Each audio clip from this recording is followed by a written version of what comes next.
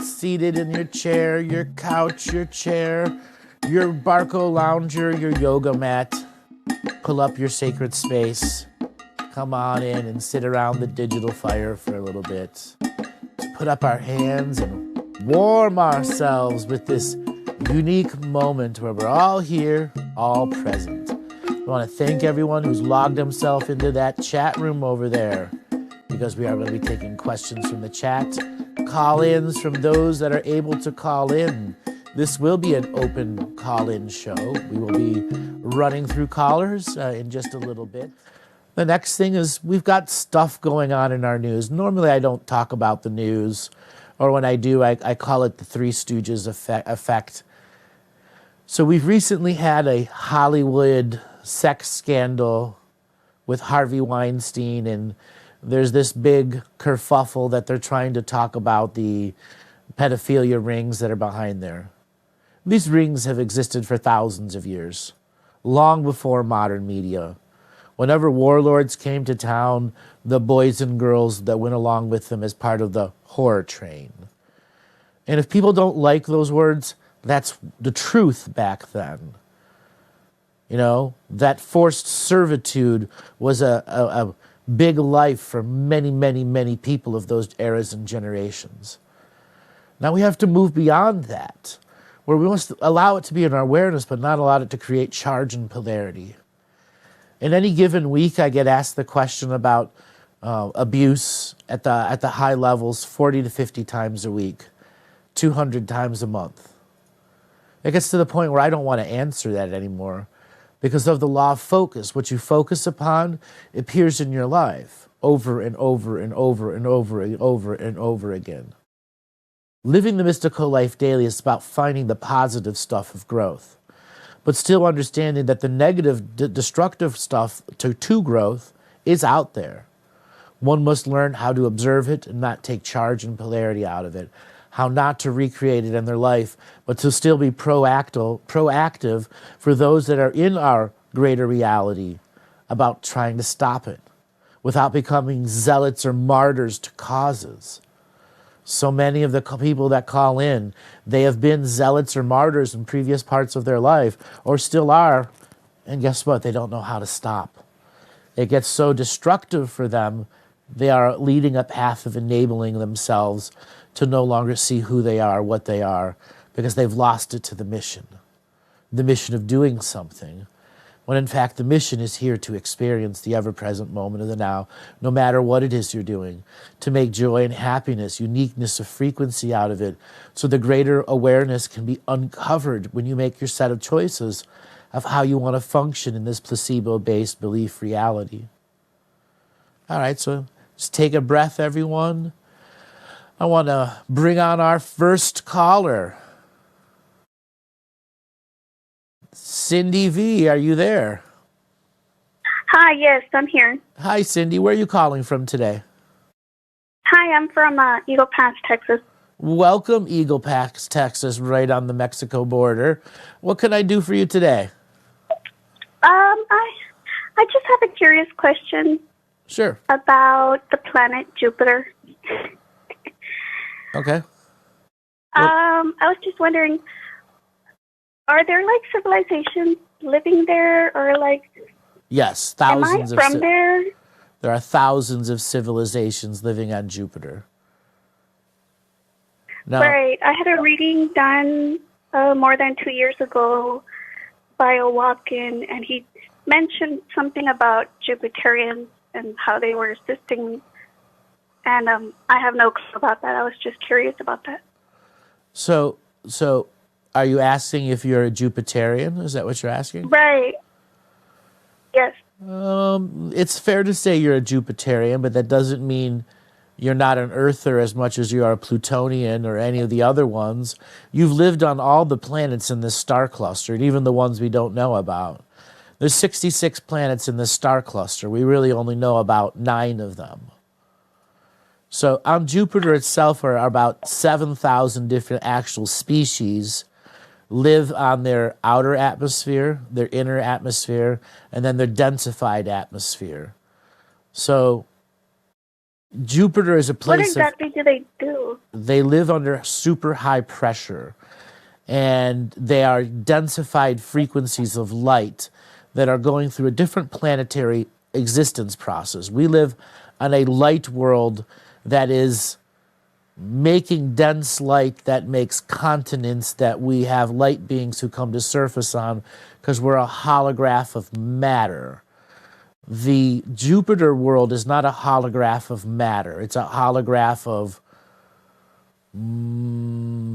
gas, and that gas makes up the medium of matter in which things may incarnate in via technology or direct spirituality. So beings that are there in societies are trying to grow into an atmospheric-based being who can channel large volumes of celestial energy back into technology. So Jupiter is one of those particular planets that it's like, it's got so much energy inside it, trillions of beings could go into its various poles and begin to siphon energy off of it, and it wouldn't make any difference in the mechanics of the planet. So Jupiterians are on, we'll call it the path to power, but not necessarily the negative path. It's how to bring energy in for big creations of light. Because they don't need the pieces, parts, building machines that we do. They have direct manifestation of technology. Whatever they need, they metaphorically snap their fingers, and within a matter of moments, their technology creates what they want, finished and served. Wow, that's very interesting. So, are they in any way, shape, or form assisting me in my personal growth? What year were you born? 1986, August 1st. Have you been having trouble sleeping and something going on with your jaw? I've had trouble sleeping all my life. Do you notice if you grind your teeth at night, or that little thing at the back of your throat is very sore when you wake up? Yes. All right, so what's going on is you're having some form of delta sleep interruption going on. Just give me a second to scan. So you've said you've had sleeping issues your whole life? Yeah, since I can remember. What are generally happens that wakes you up, or what goes on?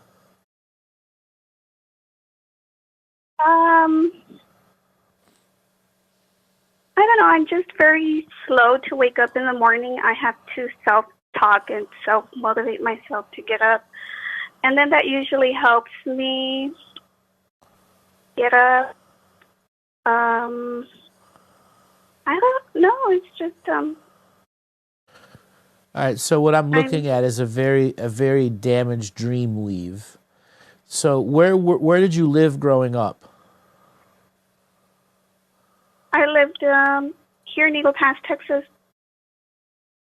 You've been there your whole life, and that's your whole life there?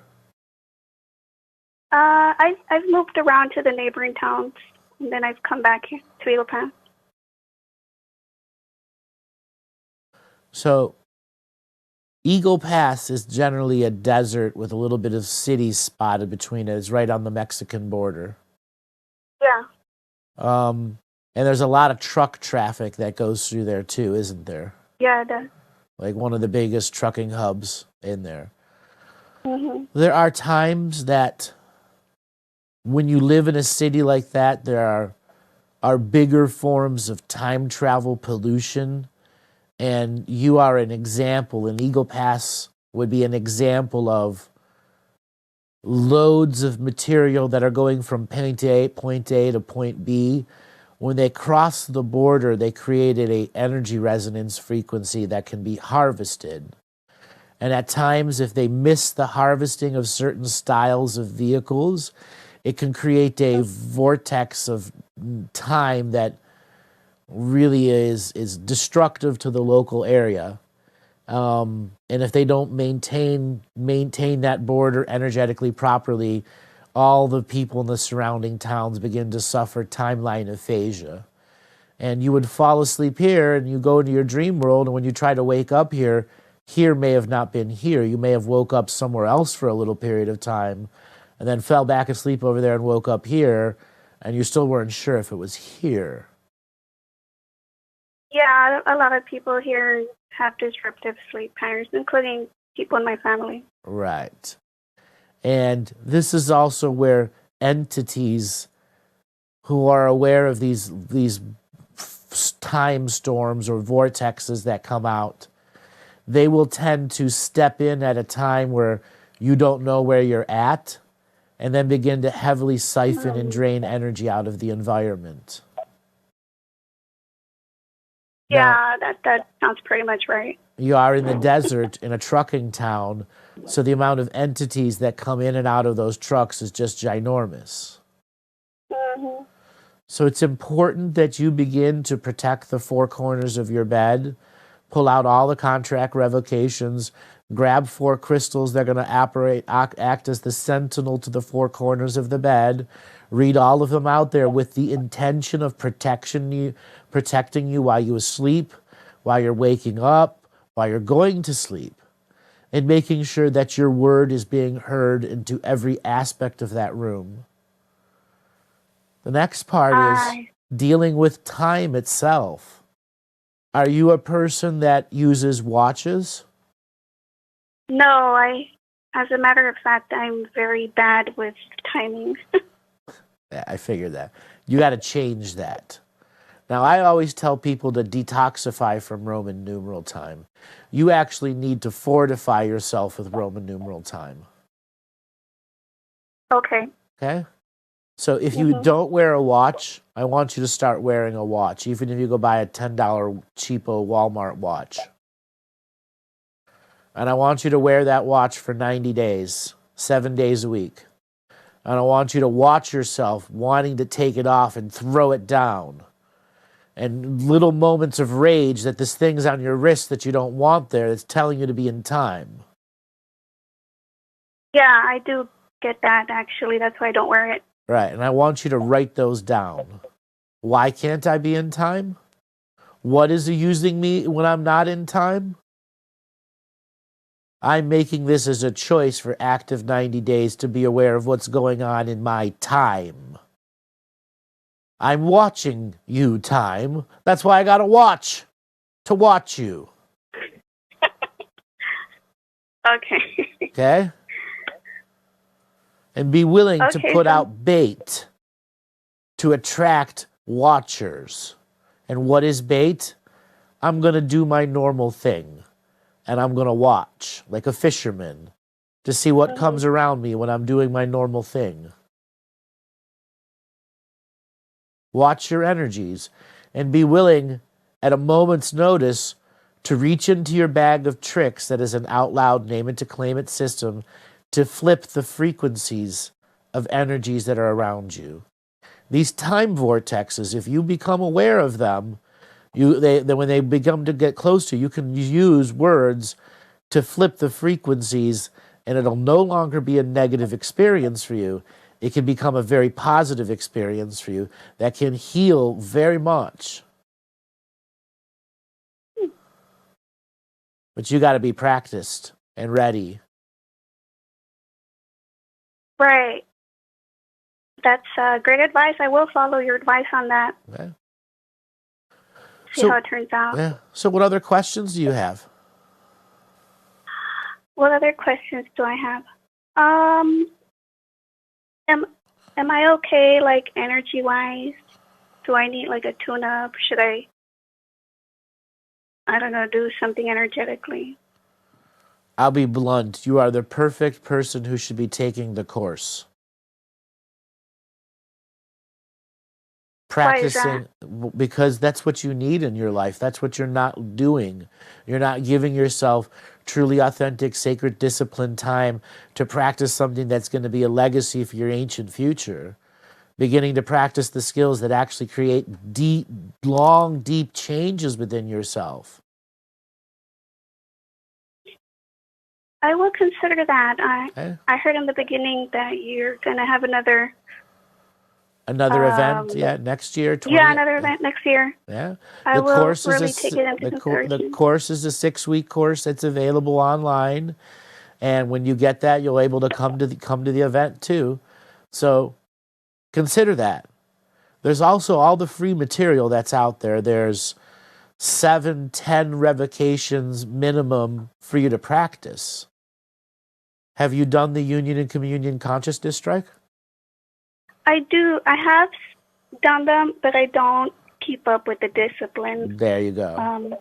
That's why I'm saying the course would do you very good, because it has a beginning, a middle, and an end. And you just keep working on the beginning, the middle, the end.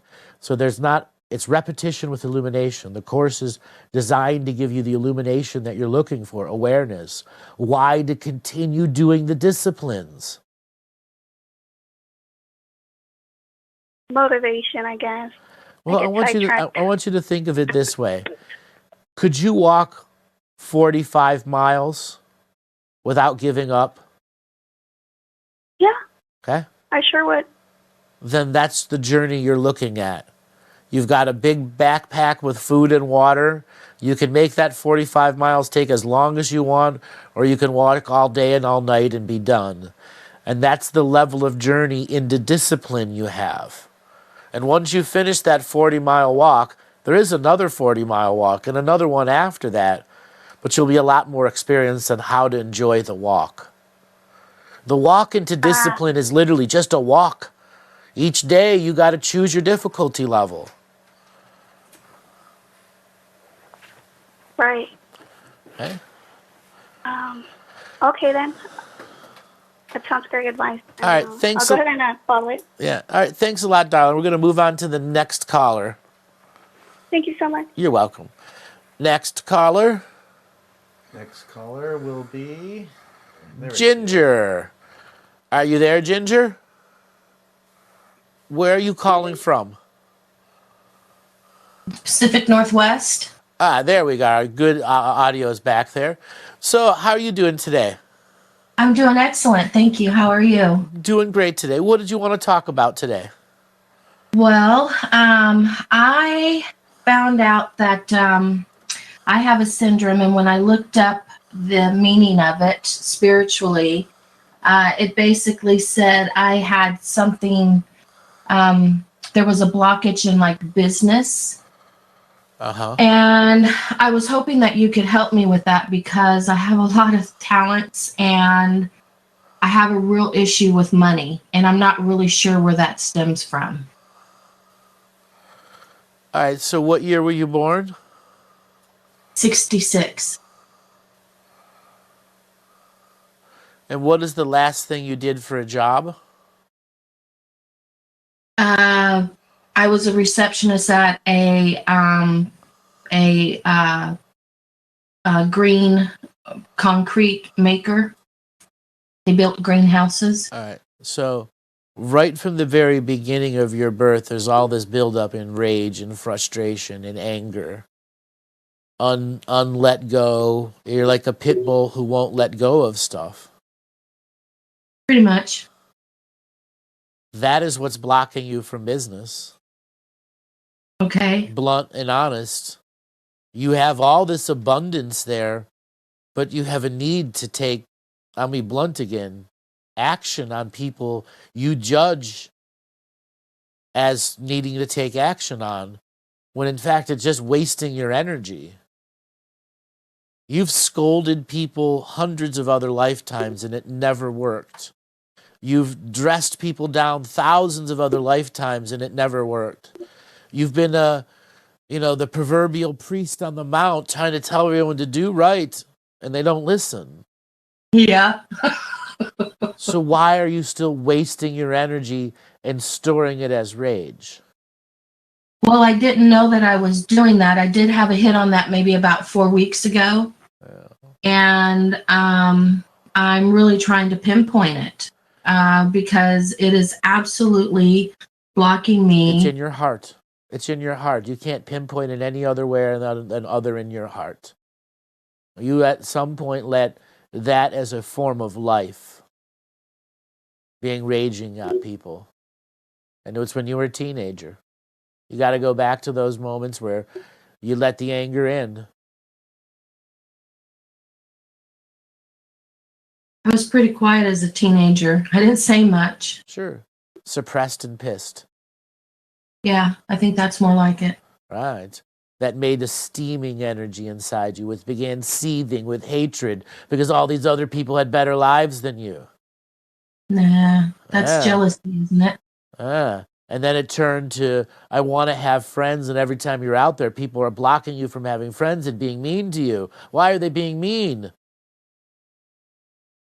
And then the backstabbing began, where they began backstabbing you, and then it turned to rage that had nowhere to go until one day the avalanche went down on somebody you didn't want it to go on. All right, so how do I fix that? I understand that it's rage now, and I know that knowledge is power. And claim it back. Like literally at this moment, I, in this ever-present moment now, in this ever-present moment now, claim back every moment of rage I have ever had. Claim back every moment of rage I have ever had. Every word in vengeance I have ever spoken or written. Every word of vengeance that I have spoken or written. I reduce to zero minus infinity the charge and polarity. I reduce to infinity minus the charge in polarity. So I may return to my sacred neutral balance. So that I may return to my sacred neutral balance. All energy of rage stored inside me. All energy of rage stored inside of me. I now transmute and transform. I now transmute and transform. Into positive creation, inspiration, and dreams. Into positive inspiration, creations and dreams. Creation and dreams. Okay. That is a daily, and weekly, and monthly, and yearly habit you have to learn to master.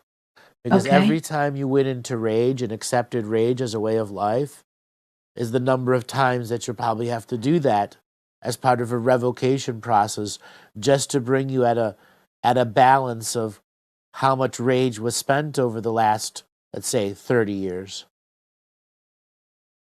Because that's what you're looking at is 30 plus years of being in a rage format. Yeah, that's pretty correct. Okay. So you ain't going to clear this up overnight. You may have moments where you do certain rituals and ceremonies and it feels immensely better. But then there's the next challenge and the next challenge until the next person pisses you off. That is where the greater form of change for you is stopping people from using triggers against you. Most of them don't know your triggers and just say what's on their mind and it pisses you off. I understand. So it is internally you who has to have internal dialogues and conversations with your internal programs that are always in argument mode. How often are you in your head and somebody who pissed you off, next time I see them, I'm going to say this to them and this to them and this to them. And I'm going to say this to them and it's going to piss them off and then I'm going to say this. Is that what goes on in your brain? No, I never have the intent of pissing anyone off. I just have to say what I need to say, and that's pretty much it. You're still practicing a conversation. You're practicing a conversation in a rage format, in your internal dialogue. Do you see the relation? I'm sorry, repeat that? Do you see the relation of practicing that internal arguments and debates? Clearly, yes. That right there is meaning rage is now in your center core frequency, meaning you've Okay. logged it into your heart space. That is one of those things when you see yourself doing it, the I am immediately has to put an end to that. But how can that be when I don't live a rageful life and I'm not normally pissed off? I'm pretty happy-go-lucky person. I don't really believe that. I think you are more sad than you really are, because to have this much rage in you, to be seething over at this level, there's a lot of things you are denying in your life. Well, I've had some trauma recently, and I've lost everything, including my husband. So there's a lot of anger there over the situation because it has to deal with some pretty dark shit. And I'm pretty mad about it. You got to get over it, otherwise it's going to kill you. Well, I'm working through that, and I'm doing it as best I can. And I know you are, and I'm not being hard on you. I'm actually speaking more to the energies that are around you than you. Mhm. Because I'm angry because I have that energy around me because that's not my heart. But that's your creation energy. I understand that. Every moment that you've had that debate in your mind about I'm going to tell this person this, or I'm going to make this my final words to this person, whatever internal debates, you are enforcing a bubble of energy around you that is still rage-based. Okay? You have to begin to dispel your weave.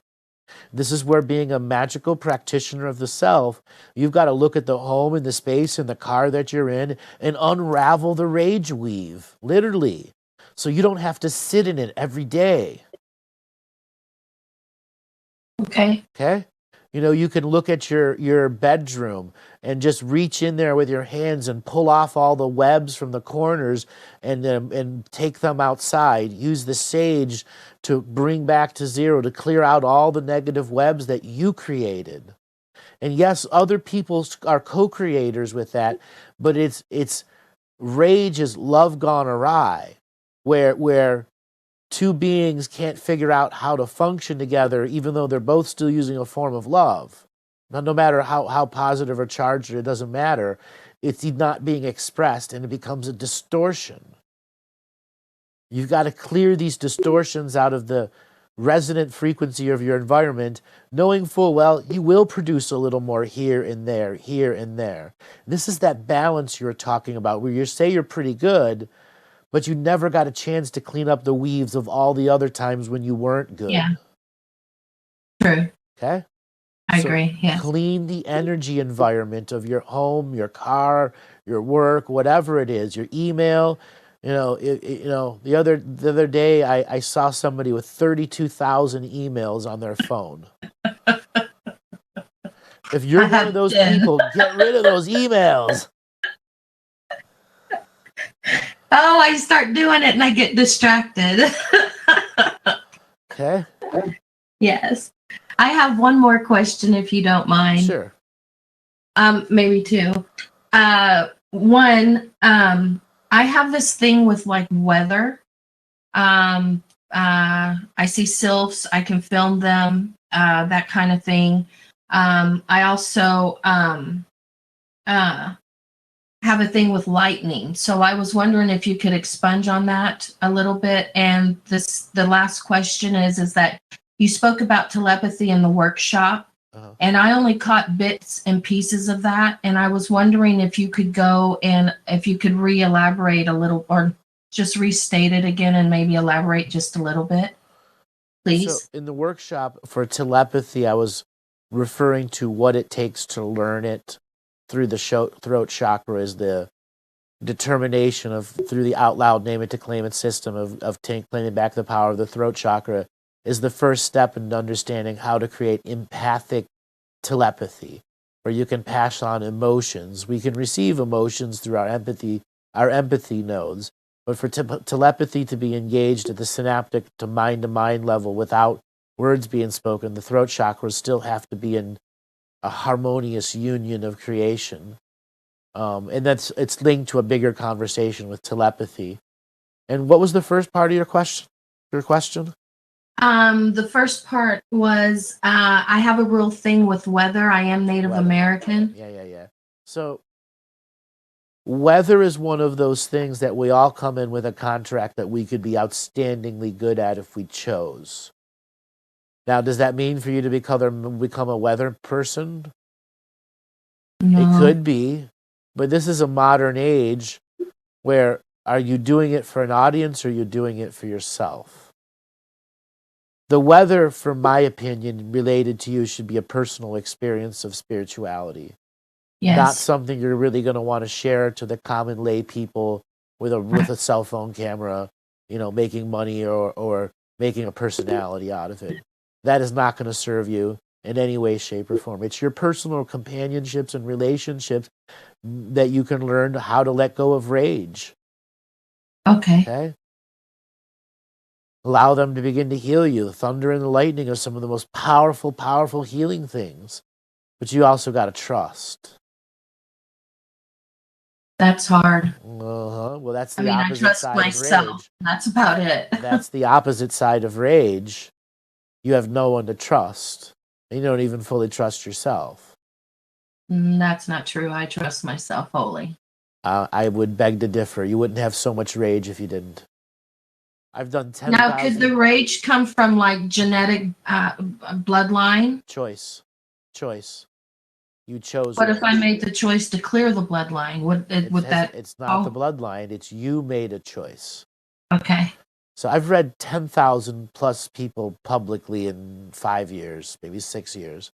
Mm-hmm. I see these common patterns of rage choice, partially because other lifetimes rage occurred because of war, death, famine, all this other stuff, or not being heard at a time where religion was stifling other personalities. Mm-hmm. And so, yes, you have some form of lineage energy there, but that's more rebel than it is rage.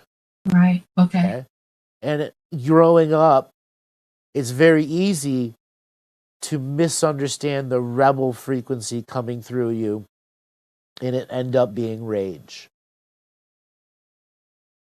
If you truly trusted yourself, you wouldn't be at this level of rage. And this goes for everyone else out there. If you have rage like this or greater, there's a part of you that doesn't trust yourself for love.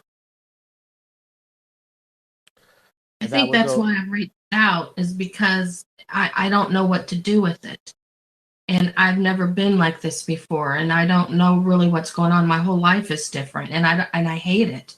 I mean, that's a terrible word to say, but I mean, I really do not care for it.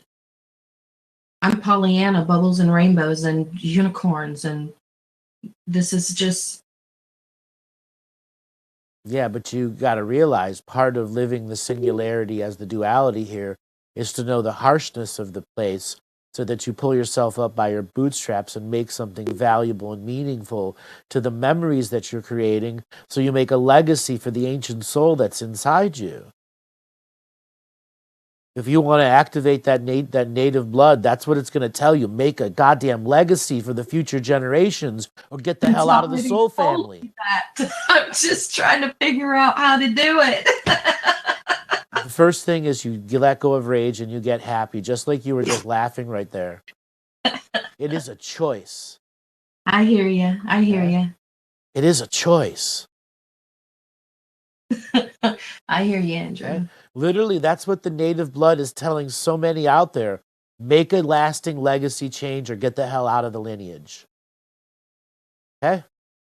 Yes. But those lineages do that for a reason, because they are trying to get the most potent and powerful souls who have the ability to communicate to the ancestors, living and non-living, a way of sacredity that we can all communicate together. That's one of the reasons I'm born.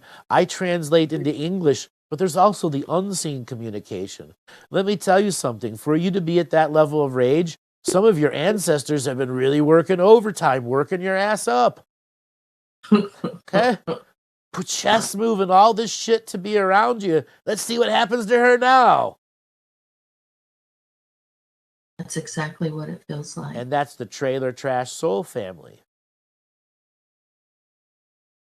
Okay? That's the meth head soul families that ruin every Christmas dinner. only you can cut them out of lifetime to lifetime and say no more. Got it.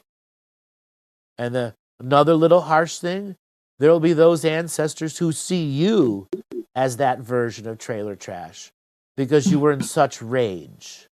Mm-hmm. And when you change your rage, there will be a great reckoning to their judgment, just like there was a great reckoning to your own judgment. And you will get a whole new level of ancestral communications when you let go of this rage at the deepest core, and it'll stop allowing love to be a distortion of rage.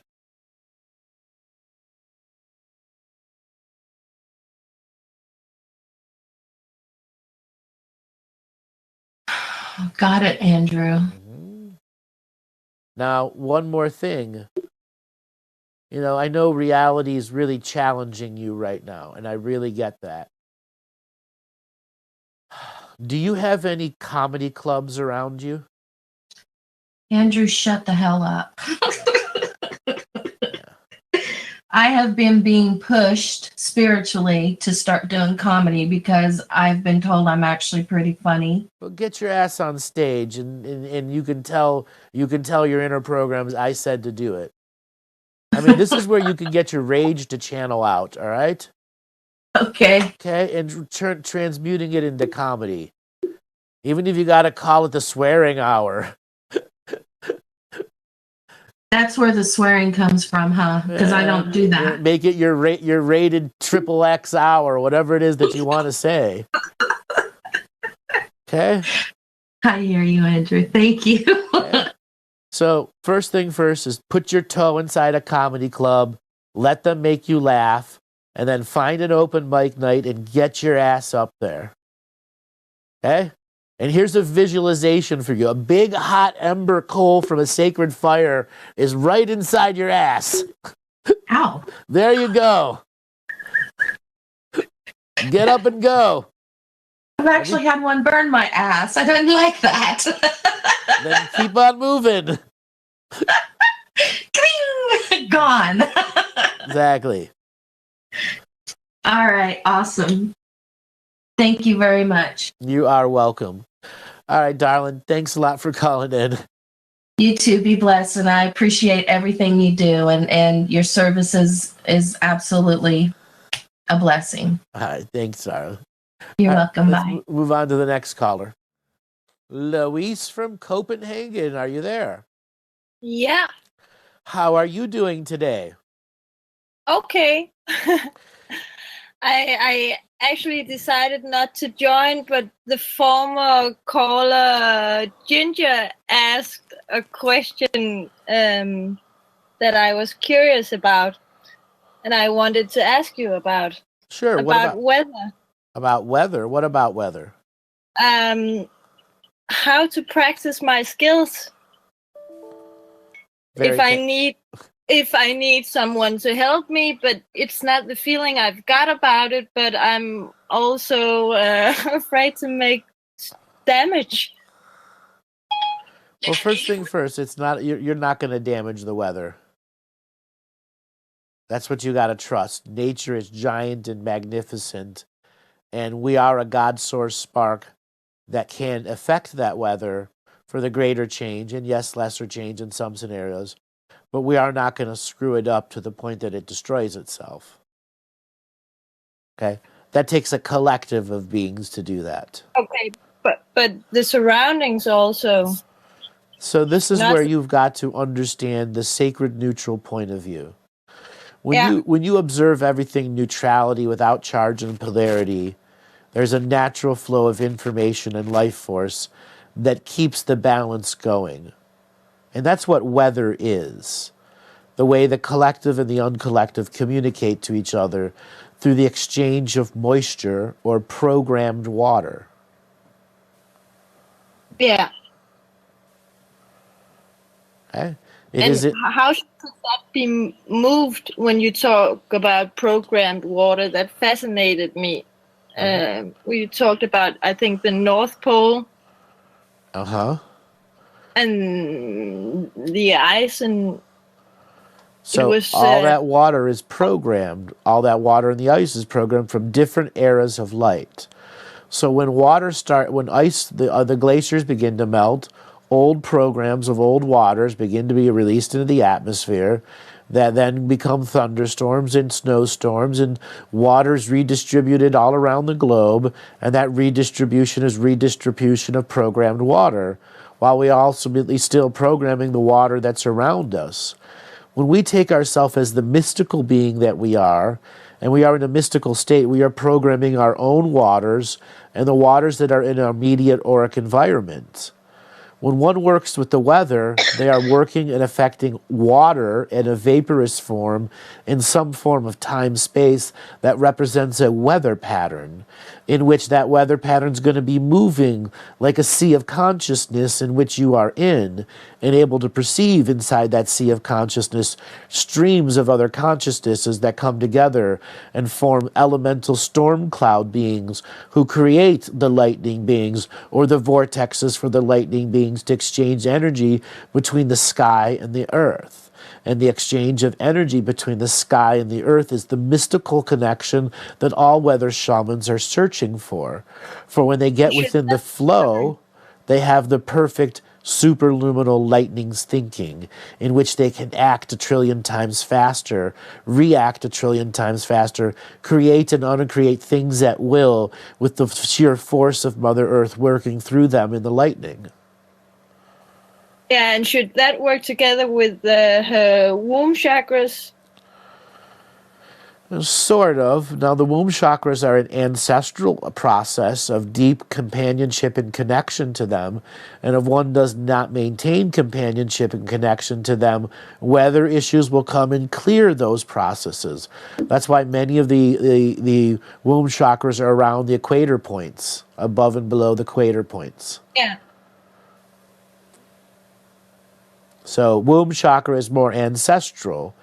The weather is the current energies. It's the living beings of the now. And yes, they may be in a different frequency of time and not have bodies, but they're still now-based beings. Okay. Working on an agenda. And I should just follow what is shown to me and what my body tells me. You need to ritualize it. So if you know there are storms that you want to work with, or events that you feel are coming together, whatever, how your guides and guardians, you need to ritualize and record before the experience happens, because deep down in your gut, you know when something's happening, right? Yeah. It took me by surprise some years ago. I grew up in a lot of thunder, and I missed it. And then I just were told that you can do this, just draw it in.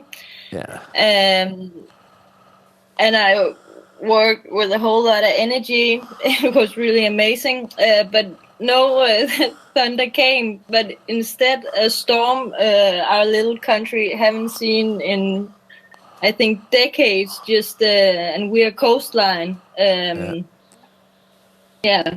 Flooded all our coasts. Is that from Hurricane Ophelia? No. It's not hurricanes. It's only storm. Storm, okay. Well, I know Ireland got hit by a rare North Atlantic hurricane just a few days ago. Yeah, I know. Yeah. So, but it was because of that. It scared me, and then when I sit by the ocean and look at it and draw some energy, the waves just start coming in. Yep. Which is more storm-based energy, the storm surge itself.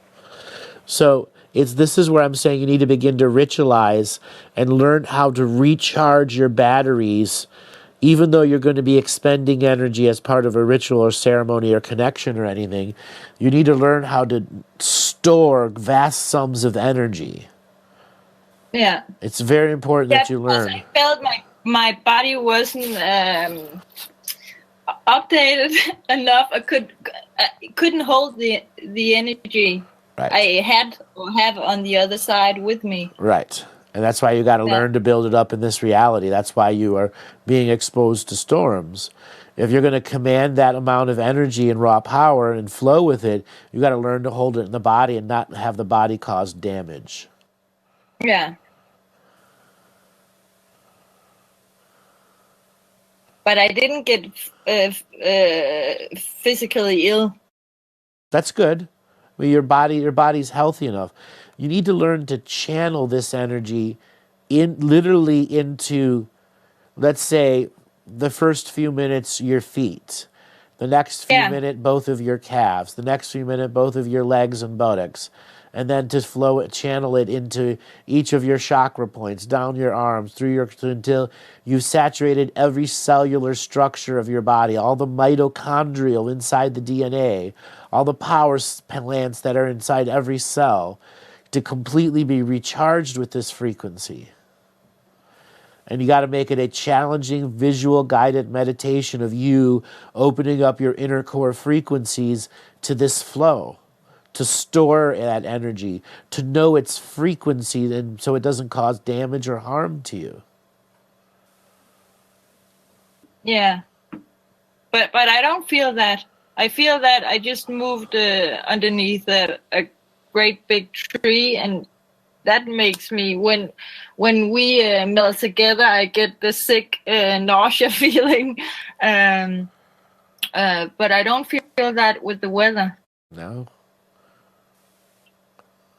Because that's your next. I just feel like my body isn't enough. Yeah, well, you got to realize that you are in a body and it is enough. You just got to learn how to not be up there and channel what's up there to down here, because that's the manifestation you're supposed to make. If you're going to change this world, you're not going to do it up in the clouds. Okay? No. You're going to do it here. Yeah. You're going to take what the clouds are saying and you're going to translate them into words. Yeah, that's my tough point. Okay. With words. Yeah. Power of the words. Out loud, name it to claim it system, even inside the storm cloud systems.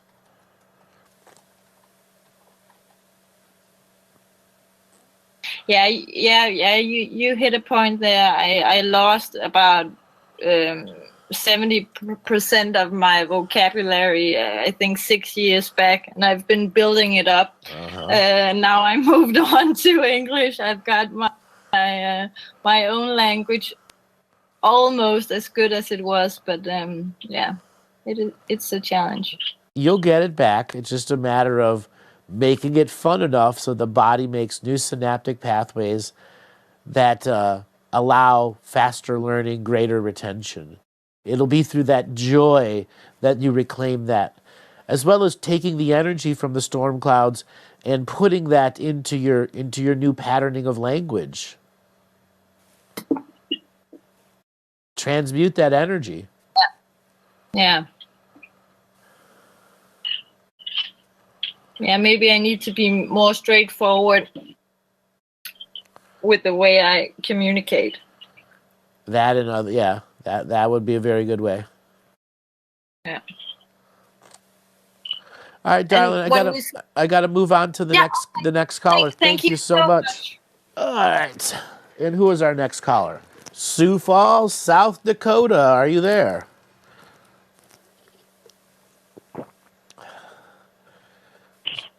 Hello. Sioux Falls, South Dakota. Are you there? I think you can unmute. I think you can unmute. That's hitting a button. That's not unmuting. Hello? Hello, Sioux Falls, South Dakota. Is that you? I thought there had to be another one. I thought there was no way that was me. Okay, sorry. No, that is you. What is your name? Michelle. Hi, Michelle. How you doing today? Oh, I'm so good. I'm really enjoying the women power that I've been listening to. Lately, all your shows have been a lot of women, and I think that's really fun.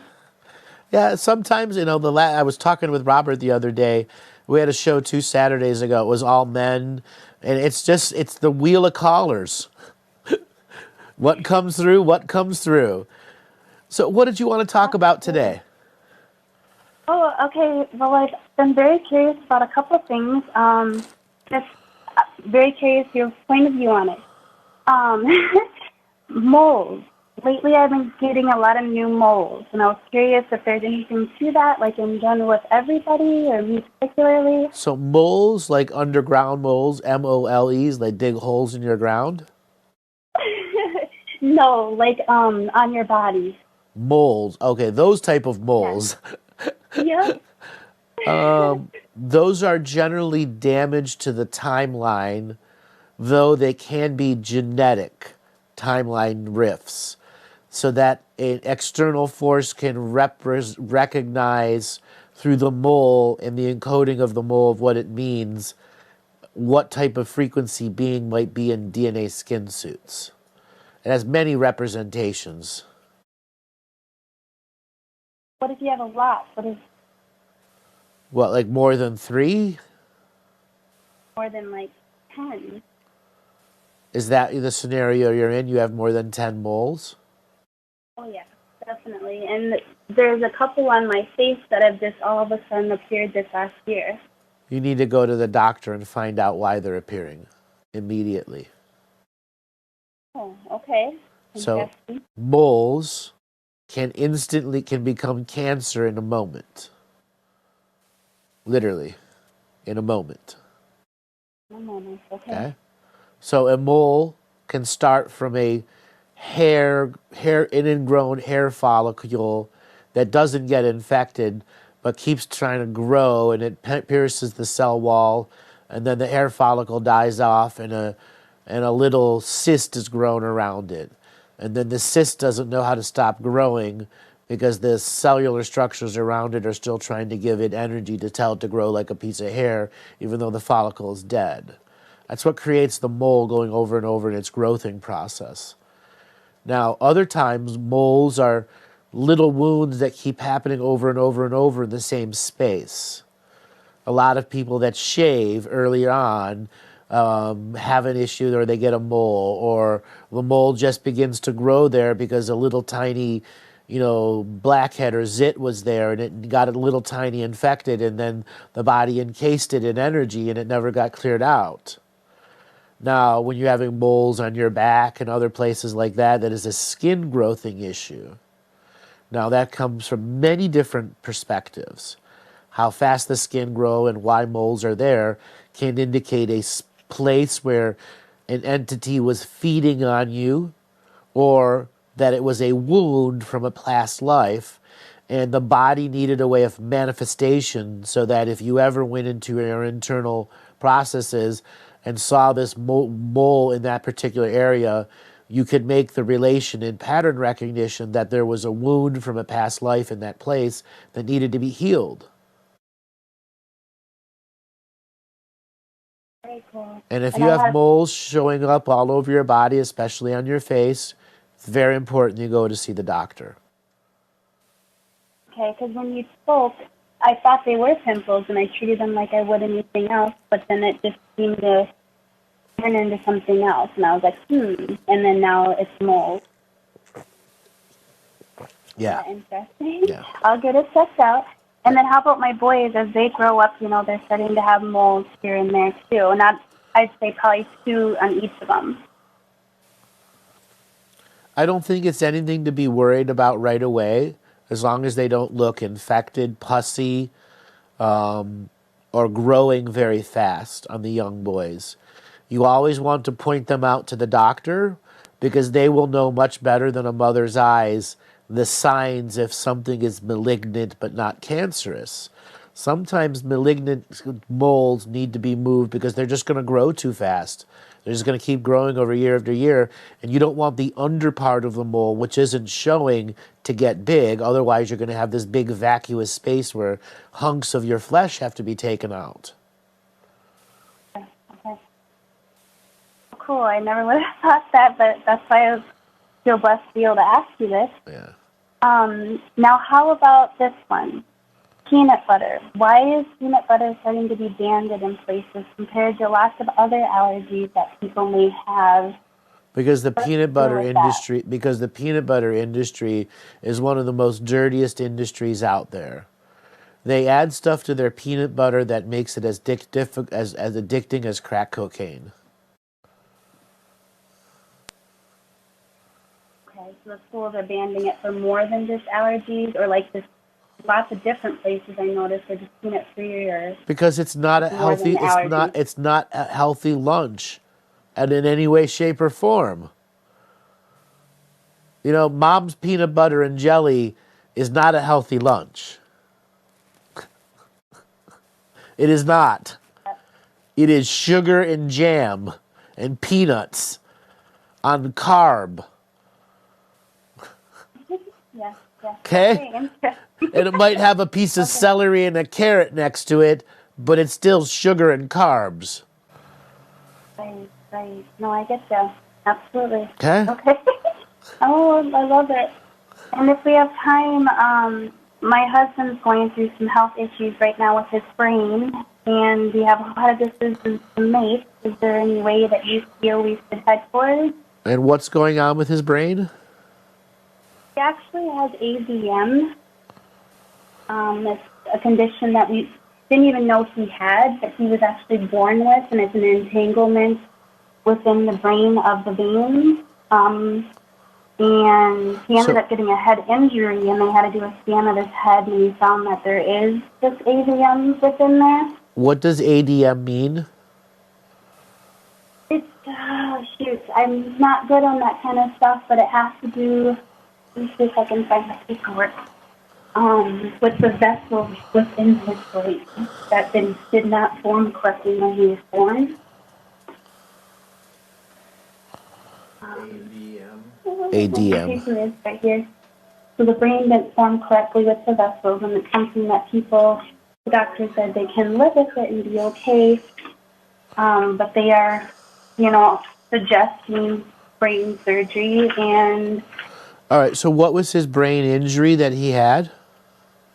he actually fell off a ladder and hit his head. And how long ago was that? This is actually a few years ago that this happened, and they found it in his head. But then we did end up with a headache the other day, and we didn't know if it was related or not. So the issue's been brought up again. And doctors right away just want to do surgery, but when we have looked into it, it's very risky. Yeah. So these doctors are gamblers. Mm-hmm. They don't really know much about this. So my recipe for wellness here is an understanding that he still has to recover from the injury. So I'm scanning him, and you can tell that the muscles around the back of his skull and the top of his head haven't let down. The fascia around his face is super tight. And then this diagnosis has created anxiety with him of uncertainty, which has shut down the back of his mastoid bone, which is pinching the atlas and the axis at the back of the neck, which is causing all his whole posture and his whole body to be off. Okay. So he is stressed out. He needs to go on stress relief, needs to get a stress ball, learn stress relief techniques, and then needs to seek someone that can do a significant body work down on him, cranial sacral work to release the pressure on the skull, on the sagittal suture lines, on the atlas and the axis. It would probably be a very good idea for him to see a chiropractor, and I rarely ever tell anyone to go see a chiropractor. So his upper atlas and axis and lower atlas and axis can be cracked and readjusted so that the swelling that's still bound up from his accident and the anxiety that's enforced onto that can come out of the tissue, because there's a tissue trauma there. And then the addressing of the AVM, which is the size of the vascular constriction issues that are going on in there. I believe with just hyperbaric chambers alone, he can not only heal that process, but have a way better understanding of how to release his stress. A hyperbaric chamber is going to put oxygen under 4 times the pressure. And that means every breath you take, every time there's every cell, blood cell will be carrying 4 times the amount of oxygen under dense pressure. And when you add oxygen to the body, it goes to the detox and begins to regenerate different areas of the body. And I believe that he could regenerate whatever damage was from the accident that caused whatever vascular restriction that they may be thinking is this AVM. Interesting. So you don't think he was born with it? No. I found the paper here. It's arteriovenous malformation. Right. I think the doctor's belief has enforced it on him. Because they really don't know what's wrong with him. They really don't. And I felt like the same thing. I mean, they literally told us, you're going to stay at the hospital, we're going to do these tests, and we're going to ship you up to Mayo to get surgery. And we're like, whoa. Like, right. As if you didn't even exist in, right. As if you didn't even exist in the choices there. That's why I'm saying I think this doctor is enforcing a belief on someone. He's accepting it. You know, doctors do this. It's not all doctors. This particular doctor is a gambler. Okay? I'm not knocking. I got to ask because I definitely felt like it was not right, but they definitely in the hospital make me. I mean, he literally was like, "So you're not going to take my medical advice?" And I was like, "Yeah, you need to go home and sleep on it." Like, right. I didn't feel like exactly what you said. I just didn't feel like he knew, or I don't know. I just knew in my heart it wasn't right. So I'm so glad I got to ask. You always get the right of a second and third opinion. And if anyone that's out there and a doctor's using strong arm scare tactics to you, you look them in your eye and say, I am reserving my right to get a second, a third, and a fourth opinion. You do not own me and you do not run me right now. More doctors have pushed people into surgeries that have killed them than we want to know about.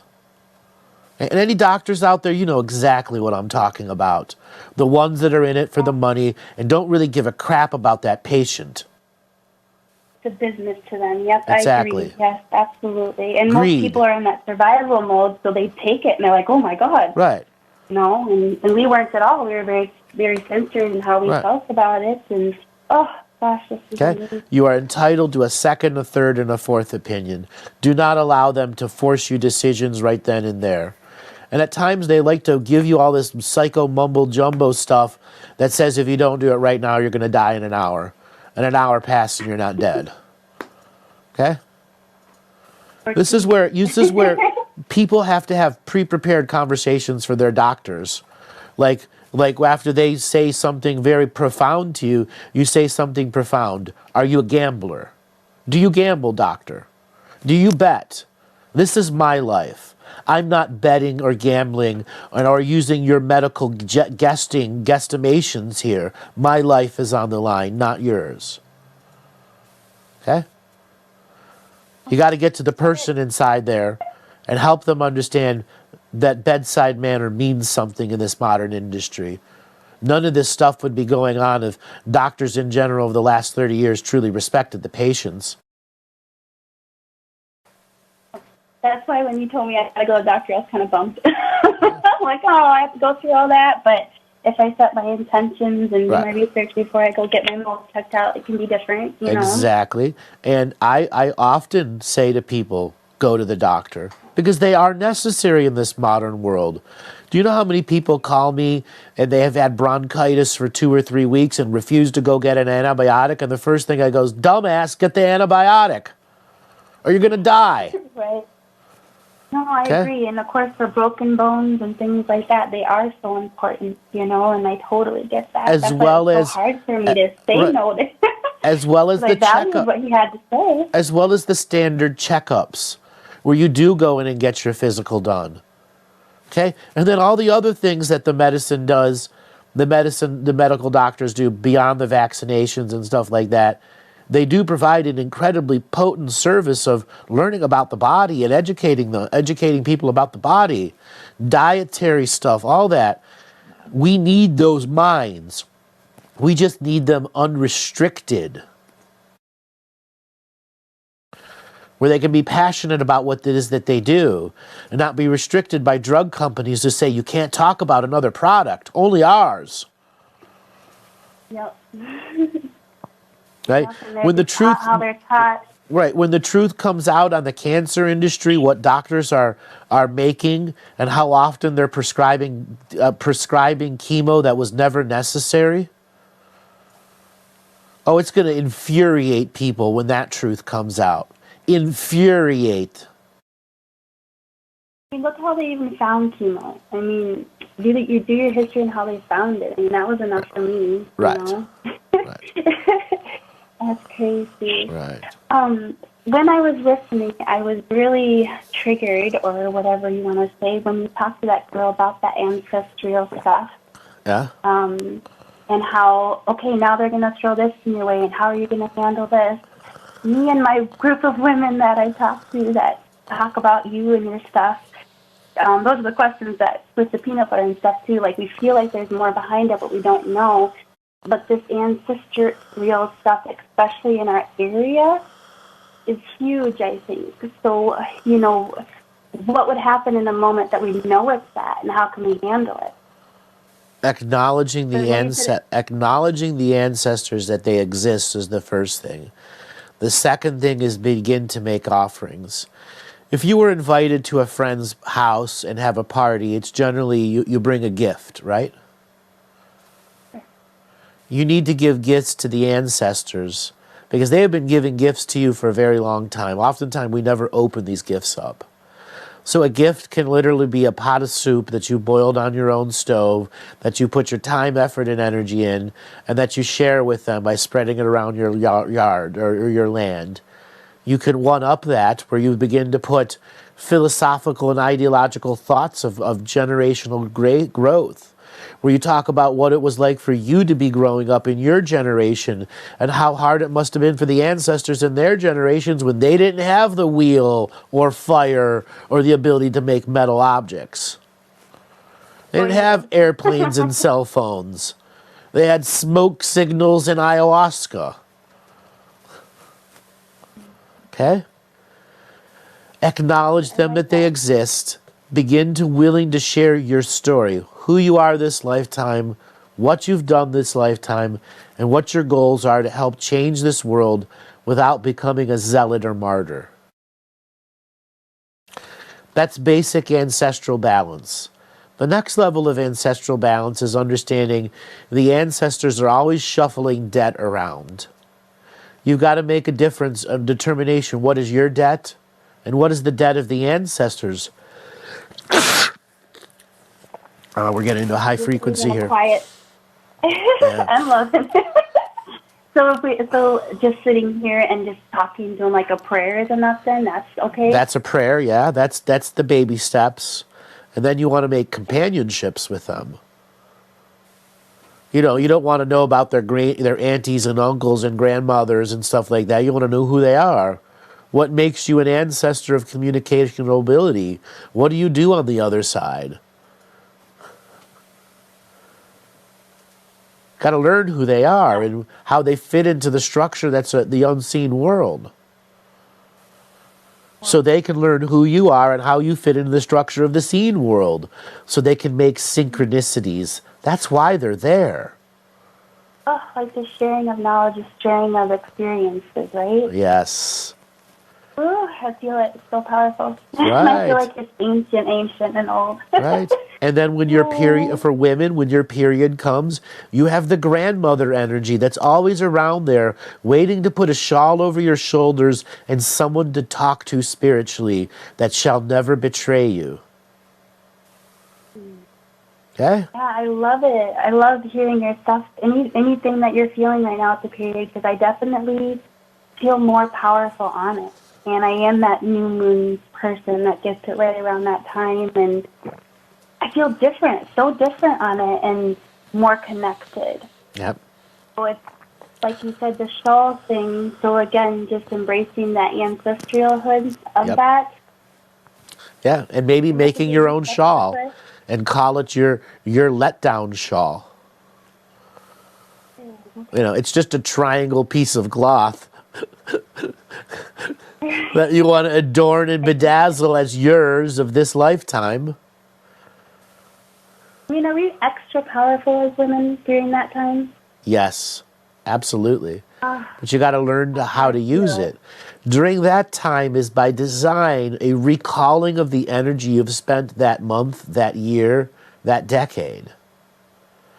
It is where hindsight becomes mystical foresight if you just engage the hindsight during that moon cycle time on a regular basis and build that skill set of hindsight to foresight. Going into the womb in itself and see yourself as a fetus inside your own womb.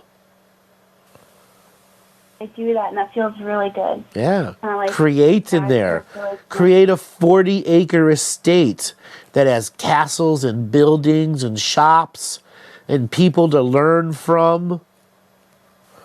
Forests and rivers and waterfalls and butterflies and herds of unicorns.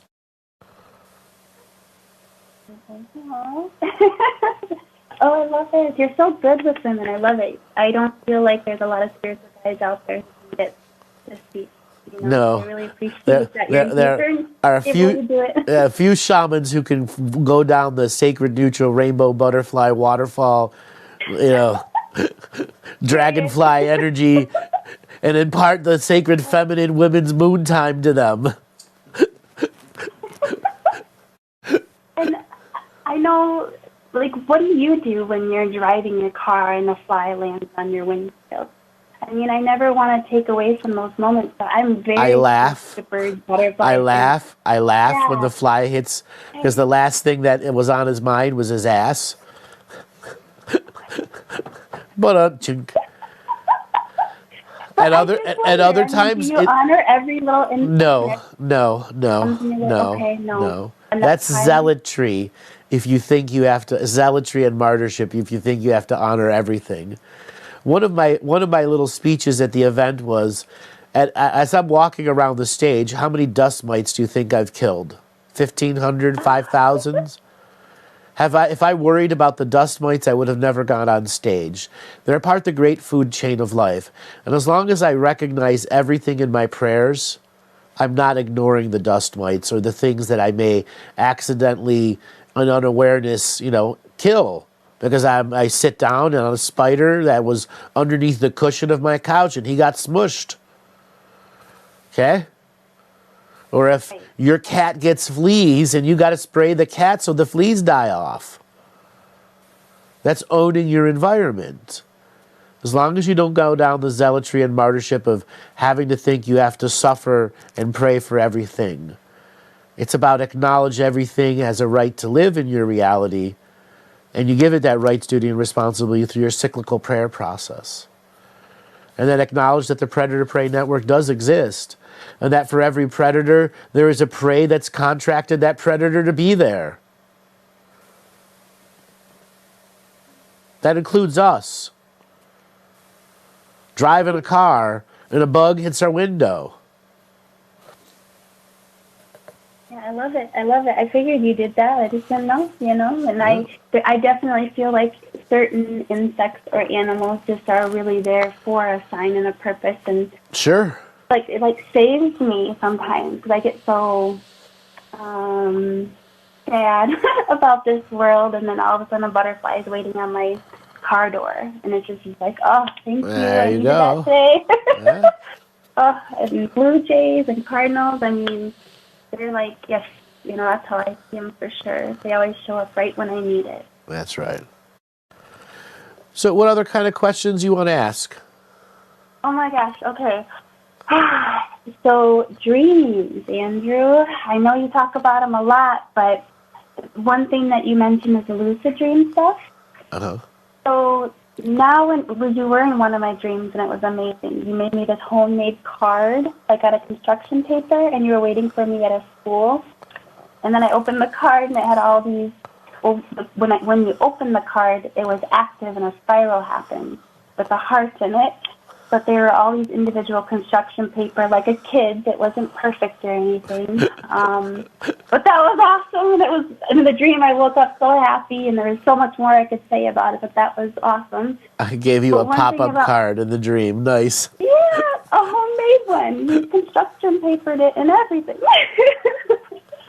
But like in my dreams now, I am recognizing, like it's me, and I get like my human thoughts, but then I'm back in the dream, and then I remember it's a dream, then I can't remember it's a dream. That makes any sense? Yes, Then it I have does. the false awakening. No, it's not false is there awakening. More like yawning in the dream, and you're not sure if you want to stay dreaming or dream a different dream or wake up from that dream and live in this dream. This is all a dream. Me dreaming you, you dreaming me, and the Earth Mother dreaming all of us before we realized dream was a potential. So when it comes to dreams, Okay. you just have to, for not hitting cliche's sake here, you have to be more willing to write down even the most subtle nuances of the dreams. You got to have a recorder next to your bed where you can just grab it and hit record and start talking to it, half awake and half asleep. I tell people to do this, and like the biggest thing you can prove to yourself is you pull that recorder up, you're laying back on the bed, you let yourself fall asleep, and you still talk and talk and talk and talk. And then you go back and listen, and you don't actually hear anything on your recorder because you've gone back into the dream state continuing to talk. Every now and then you may hear yourself mumble. We all have this ability to continue a dream. We've all had it since kids where we woke up in a dream, before we had to go to school, and like, screw it, I'm going back to sleep to finish this dream. Anyone can do that at any moment in time. And if you begin to engage that recorder and have energy like you've put on the recorder, like I tell people to bless their recorder with special energies. Like you will grab this recorder in the middle of the dream state. It'll empower your hand to hit the record button and bring energy to your mind, body, and spirit to not disrupt the dream, but allow you to record it so you can begin to have samples from the other side. Bless the shit out of that recorder. And then after you record it, you listen to it? Yes. Or is that enough just to record it? Just listen to it, and then Listen somehow it to can it, help right. unlock things? Yep. Okay. Because I have them every night. I mean, last night I was rocking a chimpanzee and looking at this baby turtle, and, every night it's interesting, and I don't know what to think or feel. You got to start chronicling. But I know it's something. You got to chronicle them. Because as you begin to chronicle them, you'll begin to notice the patterns that could only be seen if you make a manifestation of chronicling in this reality. All that work that we're doing in the dream world does affect us in this human world. Yep. And when you start chronicling it, it makes a direct manifestation in here, in you as a memory. It becomes real here now.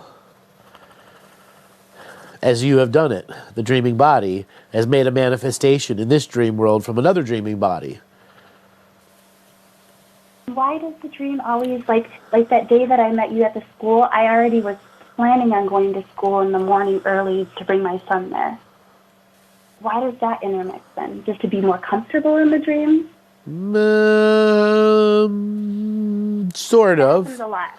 That just may have been how your dreaming body was scheduling the experience. Okay? And it's like that synchronicity again? Yeah. Oh, that feels lovely. I don't know why. Yeah. But it explains a lot because it happens a lot. Because I'm always like, well, I was thinking about, doing this. I mean, why was that in my dream then? But they know ahead and they're able, and it's all together. Wow, okay. Thank you. Oh, it's very helpful. So just the chronicle, just listen to it, and it will help me. That's right. And start writing it down. I can overthink it, and I can look up in all the dictionary. That's right. Dream books. That too. Okay.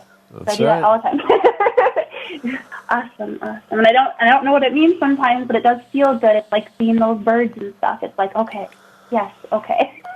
I don't know how this is helpful, but somehow it's helpful. That's right. Oh, So any last questions you want to ask? Well, since you said I could, I'm looking at a hawk feather that he dropped one day, and then a couple days later it was still in the spot, so I braved the interstate intersection and went and collected this hawk feather. Very beautiful, and I love feathers. Anything that I should know about it? Make sure there's no mites on the feather. Treat the feather. What? Treat the feather. There is stuff that if you're going to preserve the feather, you have to treat it. So you can just get up online how to treat feathers, how to remove dust mites from feathers, so on and so forth. Because you want it to last, because it is a gift. Yes. Now the next thing is feathers represent the wind energy. And you got to begin to learn to use the wind energy in a different way, in a different style. And use that feather as like on a whipping action. You might have seen me do it like this. And you will find certain ways that this feather can make figure eights and certain patterns that are natural to the leading edge and the tip of the feather. Learn that feather and its action of energy and how it cuts through the air. Because that will become a very powerful tool of energy manifestation when you use that feather, so your mind extends from the tips of your fingers to the end of the feather to send energy out. Or to cut energy in a particular area. Okay. I know exactly what you mean, because when I sage and stuff, I do feel that flow. Yep. Of course that would be it. Of course, they're up there flying, and that's what the feathers are for. But I never would have thought of that. That's right. I love that. Okay, amazing. The ancestors just gave you a fan for your fire and for your sage. Yep. That's some smart ancestors right there. And it's for manifesting anything, right? I can use that wind energy for anything? Or Yep. Particularly? Okay. Yep. And do you think the soup with the bone thing would be a good thing for me that I've heard you talk to tell the story? Yes, the actual the actual full-on ancestral soup, where you tell your whole story to that soup, as a pay-it-forward lesson to all ancestors who could learn from your story. And then that will stop them from trying to like mess with us or keep throwing things It'll at us? change the way they deal with you. Yes, they'll stop throwing the rotten vegetables. Because I feel that too, and me and my girlfriends talk about it. You know, it just seems like sometimes we don't get a break; it all happens right in a row. Right. You know, and but I feel like that will work. I get it. I get what you're saying. They want to be heard too and shared, and you know, we're all in this together. Yeah, that's right. Okay. Oh, you're so amazing. Thank you so much. I had no clue I was going to get on, but hey, I call in to listen because I can't use data. So I like to just call and listen. So this is fabulous. I'm very appreciative. Thank you. And with the whole laughter thing, I don't know if they're able to make your laughter like a ringtone, but that would be really cool. Make my laughter into ringtones. Robert, let's add that to the list.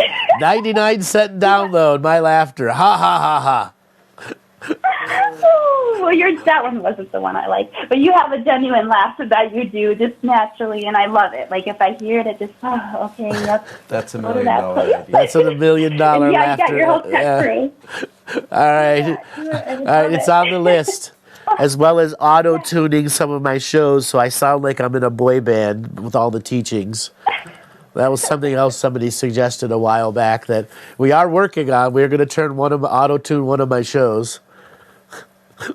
That's so cute. Oh, I'll watch it. That's hilarious. I love it. Oh, thank you so much. I'm so appreciative, and I'm so grateful for all the women that have been calling in, too. Every question helps me, too, definitely. Everyone is a teacher in every moment of time, and that's why I do these call-in shows, to help people learn from the deepest parts of themselves what they need to change or not, or what they're doing right. Sometimes people don't realize they're doing the right thing. They just don't see the validation. Well, this world is hard, and when you have a lot coming at you, it's so hard to see your truth at times. You know, that's what I find. That's and right. Everybody else is saying something else. It's like you got to hold on so hard to you, and it's like hard. You would think it'd be easier. It's supposed to be our natural thing. Yeah. Well, darling, I must let you go. Thank you. Thank you so much. I appreciate it. Yeah. Yes. Everyone has been a powerful teacher on today's show. As part of moving forward with this living the mystical life daily, we must learn to roll with the punches, to not be set in stone with only one set of options. We must be that unlimited point of view so we don't argue for our limitations of one must be this way or one must be that way. So we're going to end the show for tonight. I am allowing myself to let down and have a beautiful Saturday night after a very long week of contemplating, processing, and moving through the ups and downs of life. I want to encourage anyone that's on the verge of wanting to sign up for the Living the Mystical Life daily course. Here's your gentle nudge. Here's another show to help keep you motivated, moving forward, learning about yourself and others, to let go of martyrship and zealotry, so that living the mystical life daily means something to you. Thanks a lot, everyone.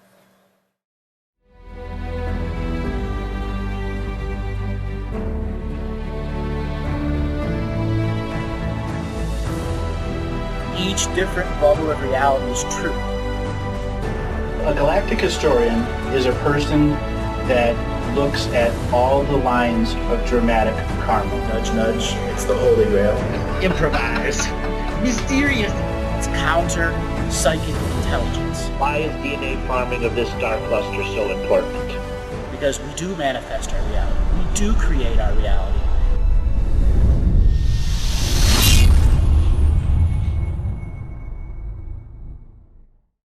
Thank you.